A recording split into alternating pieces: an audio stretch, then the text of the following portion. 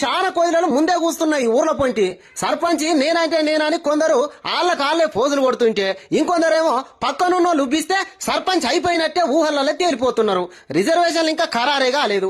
ఇద్దరికంటే ఎక్కువ పిల్లలు ఉన్న వాళ్ళకు ఈసారి ఛాన్స్ ఉన్నదా అనేది ఇంకా తేలనే లేదు.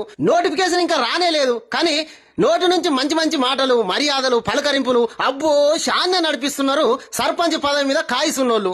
ఇన్ని రోజులు లంగ పనులు చేసి ఇప్పుడు సర్పంచ్ కావాలనుకున్న వాళ్ళు సొక్కపూసలైపోతున్నారు, నీతిమంతులైపోతున్నారు. పచ్చగడ్డేస్తే బగ్గున మండేంత పగలున్నా మంచిగున్నావా అనే నరసన్న, పిల్లలు మంచిగా చదువుతున్నారా, బాయికాడ పంటలు మంచిగున్నాయా అని మంచి షేడు అరుచుకొని మచ్చిగా చేసుకుంటున్నారు. ఇన్ని రోజులు మనిషికున్న ఇలువ కంటే ఇప్పుడు వాళ్ళకున్న ఓటుకే ఎక్కువ ఇలువ కదా. అందుకే ఎక్కడ లేని ప్రేమలో ఉలుకోబోస్తున్నారు. లీడర్ల ముచ్చట ఇట్లుంటే కొంతమంది తాగుడుగాన్లు, తినుడుగాన్లు, ఊదరగొచ్చేటోళ్ళు, ఉబ్బిచ్చేటోళ్ళు గ్యాంగుల తీరుగా తయారైతున్నారు. నిన్ను మించినోడు మన ఊర్లోనే ఎవరున్నారే?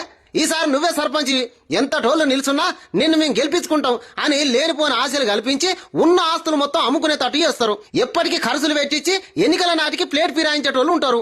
చిన్నగా బత్తి పెట్టి నెత్తి కొరిగేటోళ్ళు ఉంటున్నారు. అగో అసొంటోళ్లతో జరంత పైలంగా ఉండాలే ఊర్ల పొంటి జనాలు. ఇట్లా దేశంలో రాష్ట్రంలో నడవనన్ని రాజకీయాలన్నీ ఇప్పుడు గ్రామాలలోనే నడుస్తున్నాయి. కోడి కూరలు, మసాలా మటన్లు, మందు దావతులతో నిత్యం పండుగ అవుతున్నది పల్లెలల్లా. పైసలు ఉన్నోళ్ళు వెనకడుగు వేయకుండా జర గట్టిగానే ప్రయత్నాలు చేస్తున్నారు. ఇక చాలా మంది సర్పంచ్ గా పోటీకి దిగేటోళ్ళు